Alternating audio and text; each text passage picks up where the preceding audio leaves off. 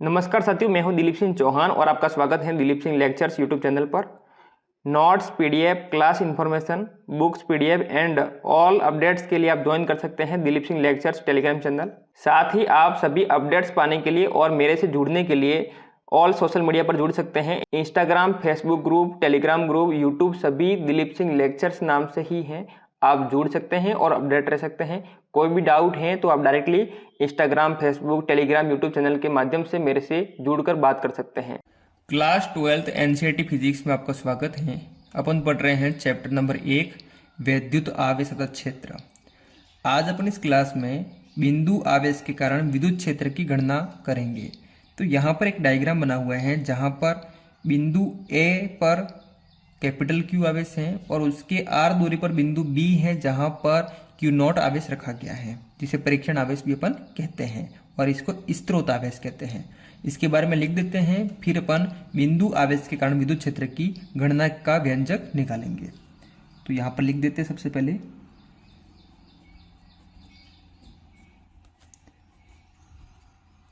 माना कि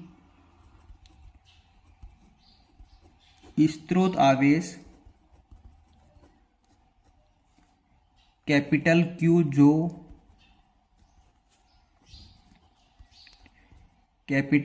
जो बिंदु ए पर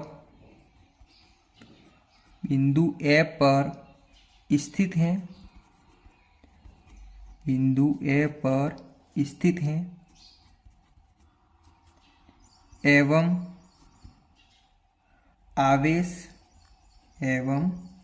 मतलब स्रोत आवेश की बात कर रहे हैं, एवं आवेश कैपिटल क्यू से आर दूरी पर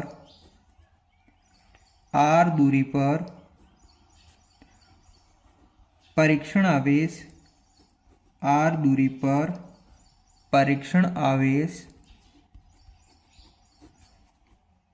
क्यू नॉट स्थित है,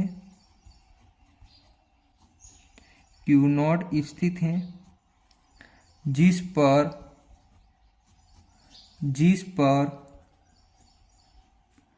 विद्युत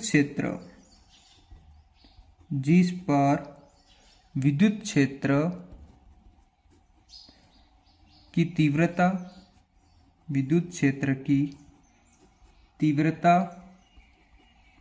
ज्ञात करनी है। अब देखिए, अपन ने यहाँ पर वही बातें लिखी हैं जो ऊपर डायग्राम में बताई गई है। अब अपन यहाँ पर क्या करेंगे, विद्युत क्षेत्र की तीव्रता ज्ञात करेंगे।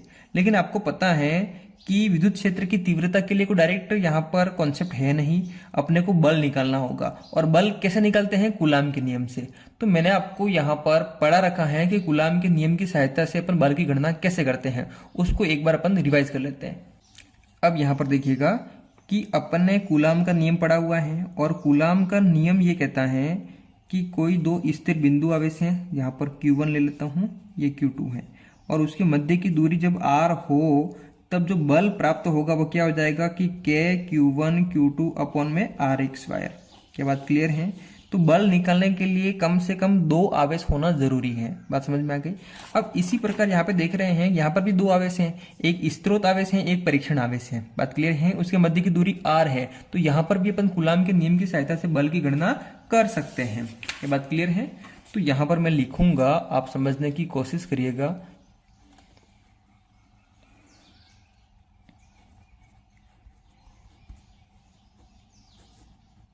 कूलाम के नियम से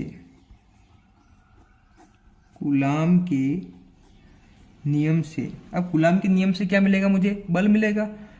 तो F वेक्टर इक्वल टू क्या हो जाएगा? K जो कांस्टेंट है, फिर कैपिटल Q ये आवेश आ जाएगा और ये आवेश आ जाएगा, परीक्षण आवेश Q नॉट अपॉन में दूरी कितनी है? RX²। अब ये हो गया है समीकरण 1। क्या बात क्लियर है? और आपको पता होगा कि इससे पहले अपन विद्युत क्षेत्र की तीव्रता के बारे में पढ़ा है और अपन ने जाना है कि विद्युत क्षेत्र की तीव्रता E वेक्टर और बल F वेक्टर में क्या रिलेशन होता है। अब यहाँ पर देखिएगा वही रिलेशन यहाँ पे अपन लिखेंगे,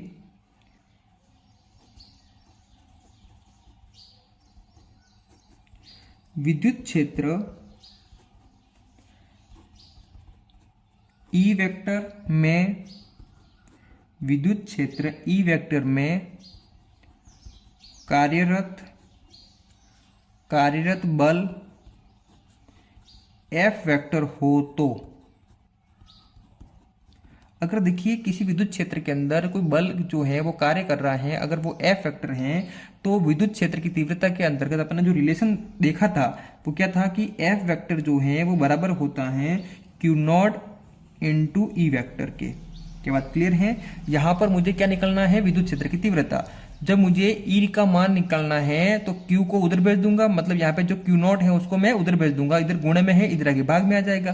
तो फाइनली यहाँ पर मैं लिख पाऊंगा कि ई वेक्टर इक्वल टू क्या हो जाएगा, एफ वेक्टर अपॉन में क्या आ जाएगा, क्यू नॉट। क्या बात क्लियर है? अब आप समझ रहे होंगे यहाँ पर कि मैं समीकरण 1 से यहाँ पर एफ वेक्टर का मान पुट कर सकता हूं। तो यहाँ पे लिख दूंगा मैं समीकरण 1 से एफ वेक्टर का मान रखने पर। क्या बात क्लियर है? तो फाइनली ई वेक्टर का मान यहाँ पे निकलना है मुझे, और एफ वेक्टर का मान कितना है, ये पूरा क्या हो जाएगा कि के कैपिटल क्यू नॉट अपॉन में क्या है, आर का स्क्वायर, और इसके अपॉन में क्या है, क्यू नॉट है। क्या बात क्लियर है? आप यहाँ पर समझ रहे होंगे कि यहाँ पर जो नजर आ रहा है वो क्या है कि भिन्न में भिन्न का भाग है, इसके अपॉन में कुछ भी नहीं, मतलब एक है। तो ये देखो कि ऊपर भी एक अलग भिन्न है, नीचे भी एक अलग भिन्न है। तो जब भिन्न में भिन्न का भाग देते हैं तब क्या होता है उसको समझो। जैसे यहाँ पे लिखा मैंने कि ए बटे बी है, उसमें भाग देना है मुझे किसका, सी बटे डी का। तो क्या होता है, भिन्न में भिन्न का भाग दे रहे हैं, ऐसे तो पॉसिबल है नहीं भाग देना, तो उसको गुणे में बदलते हैं। तो गुणे में बदलते क्या करते हैं कि जो ऊपर वाला है वो एज इट इज लिखते हैं, मतलब ए बटे बी का ए बटे बी, फिर भाग को अपन गुणे बदल रहे हैं, और जो नीचे वाला है जो उल्टा हो जाएगा, सी बटे क्या है, डी है, तो डी बटे क्या हो जाएगा, सी हो जाएगा। तो इस तरीके से अपन इसको सॉल्व करते हैं। तो यहाँ पर क्या आ जाएगा कि ऊपर वाला जो है वो एज इट इज लिखेंगे अपन, क्या हो जाएगा कि के हो गया, फिर कैपिटल क्यू है और क्यू नॉट है, अपॉन में क्या है, दूरी का x square, r x square हो जाएगा। अब ये क्या था, क्यू नॉट अपॉन 1 है, तो 1 अपॉन क्या हो जाएगा, ये 1 अपॉन क्यू नॉट हो जाएगा। बात समझ में आ गई? और अगर आप ध्यान से देखें यहाँ पर तो क्यू नॉट से क्या हो गया, क्यू नॉट कैंसिल हो गया। बात क्लियर है? तो फाइनली अपन यहाँ पे लिख सकते हैं कि के क्यू अपॉन, देखो ऊपर क्या रहा, के क्यू, मतलब के कैपिटल क्यू मतलब स्रोत आवेश, अपॉन में क्या है, दूरी का एक्स स्क्वायर। तो यहां से अपने को क्या मिला कि विद्युत क्षेत्र की तीव्रता, और विद्युत क्षेत्र की तीव्रता जो मिली है वो क्या है यहाँ पर कि के क्यू अपॉन में क्या है, आर एक्स स्क्वायर।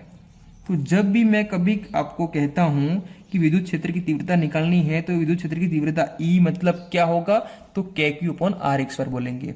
जब मैं कहता हूं कि दो आवेश हैं उसके मध्य में बल निकालना है कूलाम के नियम की सहायता से, क्या बोलेंगे कि के Q1 Q2 upon r x square. इस तरीके से आपको ध्यान में रखना है।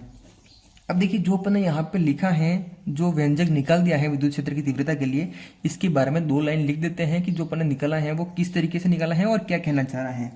अतः स्पष्ट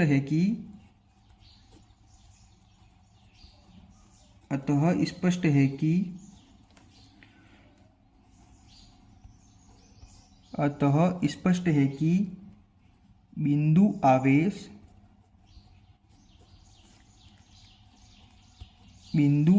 के लिए E समानुपाती है 1 अपॉन आर एक्स स्क्वायर के। देखिएगा इसको पढ़ते कैसे हैं कि E समानुपाती है 1 अपॉन आर एक्स स्क्वायर, मतलब पूरे के अगर तुलना करेंगे तो समानुपाती बोलेंगे। अगर मैं ऐसा कहूं कि E जो है व्युत्क्रमानुपाती है किसके, आर एक्स स्क्वायर के। बात समझ में आ गई? अगर मैं ऐसा बोलता हूं कि जो E जो है व्युत्क्रमानुपाती है तो आर एक्स स्क्वायर के बोलूंगा। अगर समानुपाती बोलता हूं तो पूरा का पूरा आएगा, क्योंकि व्युत्क्रमानुपाती का मतलब ही होता है वो अपॉन में है। बात क्लियर है? अब यहाँ पर जो लिखा है उसका मतलब लिखते हैं कि अर्थात विद्युत क्षेत्र अर्थात विद्युत क्षेत्र की तीव्रता, विद्युत क्षेत्र की तीव्रता दूरी के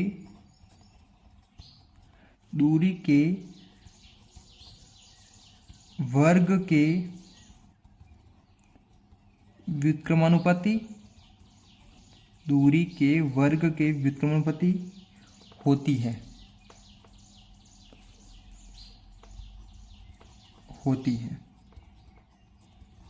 तो अपन ने इस क्लास में सीखा कि बिंदु आवेश के कारण विद्युत क्षेत्र की तीव्रता कैसे निकाल सकते हैं। उम्मीद है आपको ये कॉन्सेप्ट समझ में आ गया होगा। अगर समझ में आए हैं वीडियो को लाइक करिएगा, कमेंट्स करिएगा, अपने दोस्तों को शेयर करिएगा। मिलते हैं अगली क्लास में, तब तक जय हिंद, वंदे मातरम।